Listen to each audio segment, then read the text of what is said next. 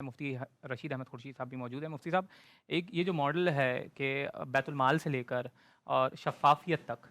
یعنی اس میں بیت المال میں بھی جو شفافیت تھی اور عدالتی نظام میں بھی شفافیت تھی، اس کی تاریخ کیا ہے؟ بسم اللہ الرحمن الرحیم۔ آج کا موضوع بہت اہم موضوع ہے، خلفائے راشدین کے حوالے سے، خلافت راشدہ کے حوالے سے۔ رسول اللہ صلی اللہ علیہ وسلم نے ارشاد فرمایا، خیر القرون قرنی ثم الذین یلونہم ثم الذین یلونہم، کہ سب سے بہتر زمانہ میرا زمانہ ہے، پھر اس کے بعد کا زمانہ، پھر اس کے بعد کا زمانہ۔ ظاہر ہے جو خلفائے راشدین کی ہم بات کرتے ہیں، یہ رسول اللہ صلی اللہ علیہ وسلم کے وہ جانثار اور قریبی صحابہ ہیں جن کو رسول اللہ صلی اللہ علیہ وسلم نے دنیا میں جنت کی بشارت عطا فرمائی تھی، بائی نیم، نام لے کر آپ نے جن کو دنیا میں جنتی قرار دیا تھا۔ تو حضور علیہ والسلام نے امت کو یہ تلقین کی ہے، تعلیم کی ہے کہ علیکم بسنتی و سنت الخلفاء الراشدین المہدیین، کہ تم پر میری سنت کی اتباع بھی لازم ہے، خلفائے راشدین کی سنت کی اتباع بھی لازم ہے۔ تمسکوا بہا، اس کو مضبوطی سے پکڑو، وعضوا علیہا بالنواجذ، جبڑوں سے اس کو مضبوطی سے پکڑو۔ تو رسول اللہ صلی اللہ علیہ وسلم نے امت کے لیے جن لوگوں کو ایک رول ماڈل کے طور پہ پیش کیا ہے، حدیث میں آتا ہے نا کہ آپ علیہ السلام نے ایک بار فرمایا کہ لا ادری ما قدر بقائی فیکم، کہ مجھے اب نہیں پتا کہ میں تم میں کتنا عرصہ رہوں گا، فاقتدوا بالذین من بعد ابا بکر و عمر، کہ میرے بعد جو ابو بکر عمر ہیں ان کی اقتداء کرنا۔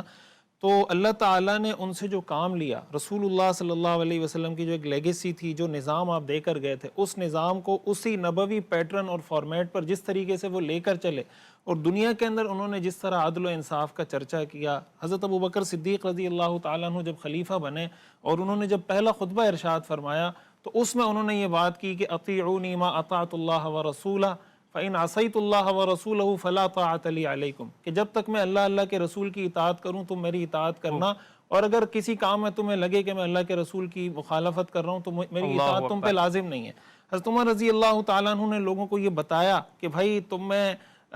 اگر میں سیدھے راستے پہ چلوں تو میری اطاعت کرنا، اور اگر میں کوئی کجروی اختیار کروں تو میری رہنمائی کرنا۔ ایک صحابی کھڑے ہوئے اور کہنے لگے کہ ہم اگر آپ نے کوئی غلط فیصلہ کیا ہم تلوار سے آپ کو سیدھا کر دیں گے۔ حضرت عمر رضی اللہ تعالیٰ عنہ نے اس پر کوئی ناگواری کا اظہار نہیں کیا کہ بھئی تمہاری یہ جرت کیسے ہوئی، تم حکمران وقت کے سامنے کھڑے ہو کے تمہیں اس کی رسپیکٹ کا پتہ نہیں ہے، احترام کا پتہ نہیں ہے۔ حضرت عمر رضی اللہ تعالیٰ عنہ نے فرمایا کہ اللہ کا شکر اس بات پر کہ اللہ تعالیٰ نے حضور علیہ السلام کی امت میں ایسے لوگوں کو پیدا کیا ہے کہ جو عمر کو اپنی تلوار سے سیدھا کر سکتے ہیں۔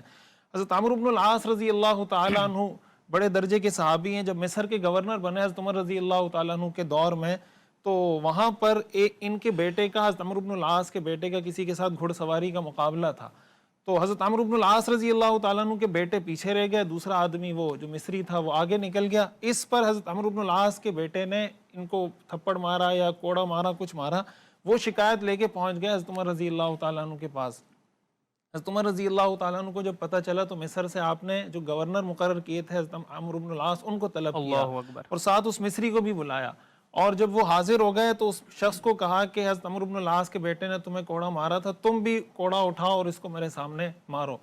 اور پھر حضرت عمر رضی اللہ تعالیٰ عنہ نے یہ بھی فرمایا کہ اگر تم چاہو تو تم اس کے والد کو سزا دینا چاہو تو سزا دے سکتے ہو، وجہ اس کی ہے کہ اس نے جو تمہیں کوڑا مارا یہ اپنے والد کی گورنری کی وجہ سے، اس عہدے کی وجہ سے تمہیں یہ کیا ہے۔ تو اس نے کہا کہ نہیں، میں نے تو اپنا جو بدلہ لینا تھا وہ لے لیا۔ اس پر حضرت عمر رضی اللہ تعالیٰ عنہ نے فرمایا کہ متی استعبدتم الناس وقد ولدتهم امہاتهم احرارا، کہ تم نے کب سے لوگوں کو غلام سمجھنا شروع کر دیا ہے حالانکہ ان کی ماؤں نے ان کو آزاد جنا ہے۔ آج دنیا کے اندر جب جمہوریت کی بات کی جاتی ہے، میگنا کارٹا کی بات کی جاتی ہے کہ انسانی حقوق کی بات کس نے کی، فرد کو آزادی کس نے دلائی، تو لوگ انگریز مورخین کے اور انگریز سیاستدانوں کے نام ذکر کرتے ہیں، لیکن اور دنیا میں یہ کہا جاتا ہے کہ یہ بڑے منصف مزاج ہیں اور انصاف کے ساتھ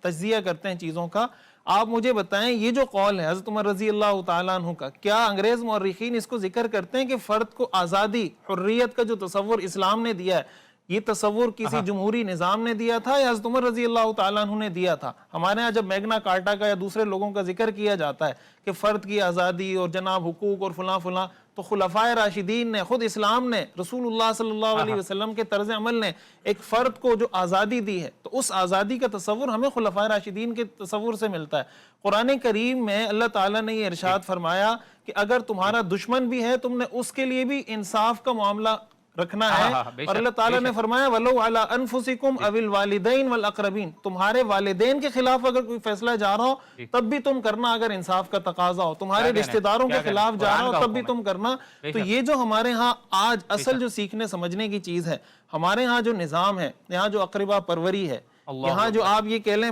پارٹی پروری ہے کہ ایک پارٹی کا ہے تو وہ اپنی پارٹی کے بندے گھسایا جائے گا ڈپارٹمنٹ میں, کوئی ایک مسلک کا ہے تو وہ اپنے مسلک کے بندے گھسایا جائے گا. اس سے صرف نظر کہ یار ملک کو کس چیز کی ضرورت ہے, اس عہدے کے لیے اہل کون ہے, لیکن یہ میری پارٹی کا ہے, میرے چچا کا بیٹا ہے, میرے مسلک کا ہے, میرے فرقے کا ہے, تو بس میں اسی کو آگے بڑھاتا رہوں اور پھر ہر آدمی رونا روتا رہے کہ یار ملک تباہ ہو گیا, ادارے تباہ ہو گئے. تو ہمیں خلافت راشدہ سے بیسکلی جو سبق اور میسج لینا چاہیے وہ یہ کہ ان اللہ یأمرکم ان تؤدوا الامانات الی اہلہا, کہ جو جس عہدے کا اہل ہے وہ عہدہ وہ منصب اس کے حوالے کر دیا جائے.